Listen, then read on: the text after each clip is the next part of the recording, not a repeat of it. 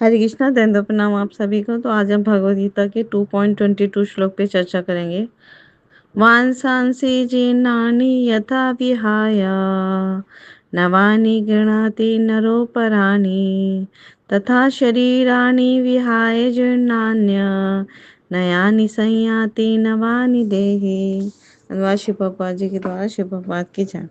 जिस प्रकार मनुष्य पुराने वस्तुओं को त्याग कर नए वस्त्र धारण करता है, उसी प्रकार आत्मा पुराने तथा व्यर्थ के शरीरों को त्याग कर नवीन भौतिक शरीर धारण करता है। तो श्री प्रभुपाद जी यहाँ तात्पर्य में बहुत सुंदर समझा रहे हैं कि जो आत्मा है उसके द्वारा शरीर का परिवर्तन एक स्वीकृत तथ्य है, यानी ऐसा होगा, ये फैक्ट है कि अणु आत्मा जो है वो उसमें शरीर का परिवर्तन होगा। और आधुनिक जो विज्ञानी जन है, साइंटिस्ट, वो भी इसको मान चुके कि चाहे वो आत्मा के अस्तित्व पे विश्वास नहीं करते, पर हृदय में जो शक्ति साधन है उसका भी वो डिटेल नहीं उनको पता, लेकिन वो परिवर्तनों को, शरीर के परिवर्तनों को स्वीकार करते हैं कि बाल्यकाल से कौमार अवस्था, फिर तरुणावस्था, फिर वृद्धावस्था, ऐसे परिवर्तन होते रहते हैं। तो शरीर एक एक अवस्था से दूसरे अवस्था में स्थानांतरित होता जाता है। तो हम पिछले कई श्लोकों में इसकी व्याख्या भी सुन चुके हैं। तो जो आत्मा होती है, दो दूसरे शरीर में वो इसी तरह का स्थानांतरण हो जाता है वृद्धावस्था के बाद। तो परमात्मा की कृपा पे से ही संभव होता है। तो परमात्मा जो है वो, जो हमारे शरीर की अणु आत्मा है, उसकी सारी इच्छाओं की पूर्ति उसी तरह करते हैं जैसे एक मित्र अपने मित्र की इच्छा की पूर्ति करता है। तो मुंडक उपनिषद और श्वेताश्वतर उपनिषद में भी आत्मा और परमात्मा की जो उपमा है ना, वो दो मित्र पक्षियों से दी गई है जो एक ही वृक्ष पर बैठे हुए हैं।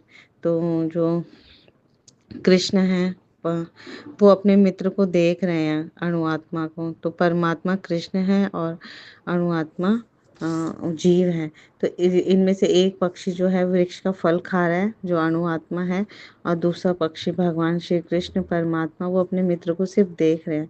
तो ये दोनों पक्षी में गुण जो है वो समान है, लेकिन एक जो है, जो अणु आत्मा है, हम जीवात्मा, वो भौतिक वृक्ष के फलों पर मोहित है ना, और वही सिर्फ फल खा रहे हैं। लेकिन जो मित्र है, दूसरा मित्र है, वो अपने मित्र के कार्यकलापों का साक्षी मात्र है, और वो इंतजार कर रहा है कई अनादिकाल से कि कब वो मेरी तरफ उन्मुख होगा। सखा है वो। तो इस तरह से भगवान साक्षी पक्षी हैं, भगवान श्री कृष्ण, और अर्जुन जो है वो फल भोक्ता पक्षी हैं। तो ये दोनों मित्र हैं, लेकिन इन दोनों मित्रों में भेद क्या है? एक स्वामी है और दूसरा सेवक है। तो जीवात्मा जो है वो संबंध की विस्मृति हो चुकी है, इसलिए वो समझ नहीं पाता। तो इसलिए भगवान श्री कृष्ण कई जन्मों से उसके साथ साथ में हैं परमात्मा रूप में, और वो एक इंतज़ार करेंगे कब वो उनकी शरण लेगा, कब वो उनके उन्मुख होगा, जिससे वो सारे शोकों से मुक्ति पा लेगा। तो मुंडक उपनिषद का 312 श्लोक है, और श्वेताश्वतर उपनिषद का 4.7 श्लोक है, जो इस बात की पुष्टि करते हैं। समाने वृक्षे पुरुषो निमग्नो अनीशया शोचते मुह्यमाना जुष्टम यदा पश्यत्यंतमीशमस्य महिमानमिति वीत शोक। यद्यपि दोनों पक्षी एक ही वृक्ष पर बैठे हुए हैं, किंतु फल खाने वाला पक्षी वृक्ष के फल के भोक्ता रूप में चिंता तथा विषाद में निमग्न है। यदि किसी तरह वह अपने मित्र भगवान की ओर उन्मुख होता है और उनकी महिमा को जान लेता है, तो वह कष्ट भोगने वाले पक्षी तुरंत समस्त चिंताओं से मुक्त हो जाता है। तो यहाँ पर हम समझ सकते हैं कि कैसे जीवात्मा जब भगवान की तरफ उन्मुख हो जाए या भगवान का शरणागति स्वीकार कर ले, तो वो अपनी सारी कष्टों से, चिंताओं से बहुत आसानी से मुक्त हो जाएगा। तो अर्जुन भी अब अपना मुख अपने शाश्वत मित्र कृष्ण की ओर कर रहे हैं और उनसे भगवद गीता समझ रहे हैं। तो इस तरह से भगवान श्री कृष्ण श्रवण करके वे भगवान की परम महिमा को समझकर अपने शोक से मुक्त हो जाएंगे। और हमें भी यही करना है, हमें भगवान की शरणागति स्वीकार करके अपने भौतिक जीवन के कष्टों से मुक्त हो जाना है। तो इस श्लोका में हमारे आचार्यगण समझाते हैं कि शरीर जो है जब व्यर्थ हो जाता है और पुराना हो जाता है, यानी जब वृद्धावस्था आ जाती है, तो हमारे कोई भी अंग ठीक प्रकार कार्य नहीं करते।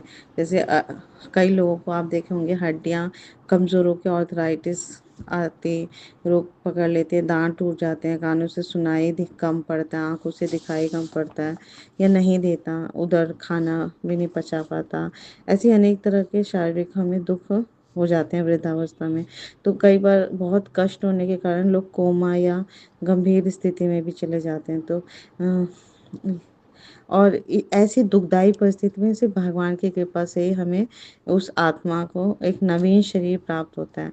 तो श्रीमद् भागवतम में 3.31.1 श्लोक है, कर्मणा देव नेत्रेण जंतुर देहोपपत्य पतये।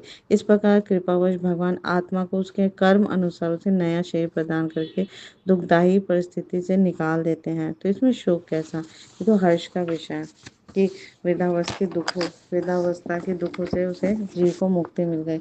तो इसका एक एग्जाम्पल मिलता है, जो हमारे सीनियर वैष्णव समझाते हैं कि अगर हमारे पास कोई टूटी फूटी गाड़ी है पुरानी जीर्ण अवस्था में, जो चलते चलते बार बार रुक जाती है, जिसका इंजन भी फेल हो गया है, ब्रेक ढीले हैं या लाइट नहीं चलती या बहुत खराब हालत में है, तो उसके बदले कोई हमें चमचमाती नई गाड़ी दे, तो ये तो हमारे लिए हर्ष का विषय है ना। तो शरीर का जब पूरी तरह से जीर्ण हो जाता है ना, आप देखेंगे वृद्धावस्था कितनी कष्टदायी होती है, तो उसके बदले अगर हमें नया शरीर मिले तो ये हर्ष की बात है। लेकिन तो कई लोगों को जब बहुत पीड़ा होती है, तो इसका एक कारण यह है कि जो भौतिकतावादी व्यक्ति होते हैं वो अपने आप को शरीर मान लेते हैं और शरीर से अपने जीवात्मा शरीर को एक रूप कर लेता है, स्वयं को शरीर मान लेता है। तो जितनी अधिक आसक्ति हमारे शरीर के प्रति होती है, तो मृत्यु के समय उतना ही हमें कष्ट मिलेगा, कष्ट होता है। तो प्रकृति के नियम अनुसार हर शरीर वृद्ध होता है, तो इसलिए हमें इस जीर्ण शरीर का मोह हमें से विरक्ति लेनी चाहिए। तो ये कब आएगा, जब हम आध्यात्मिक जीवन में प्रयास करेंगे और सोचेंगे कि हम आत्मा हैं, हम ये शरीर नहीं है, इस शरीर के प्रति मेरी आसक्ति निरर्थक है, व्यर्थ है। तो गीता के ज्ञान के माध्यम से हम हर जीव ये समझ लेगा कि मैं ये शरीर नहीं हूँ, मैं आत्मा हूँ जो अजर अमर है ना, और मेरे शरीर की मृत्यु के बाद मुझे नया शरीर मिलेगा। तो और हमें प्रयास करना चाहिए कि कैसे हम इस जीवन के बाद शाश्वत जीवन को प्राप्त करें। तो उसके लिए हमें अपने स्वयं को भक्ति में संलग्न करना होगा, ताकि हम ऐसा जीवन मिले जहाँ पे कोई जन्म मृत्यु जरा व्याधि नहीं है। तो यहाँ महाभारत के युद्ध में भगवान श्री कृष्ण की उपस्थिति में सभी योद्धा जो होंगे वो मृत्यु के बाद वैकुंठ धाम प्राप्त करेंगे, ये निश्चित था, क्योंकि भगवान श्री कृष्ण वहाँ उपस्थित हैं, तो सबको उनका दर्शन हो रहा था। तो मृत्यु के समय भगवान की उपस्थिति में जब वो शरीर छोड़ेंगे तो उनको परम धाम प्राप्त होगा।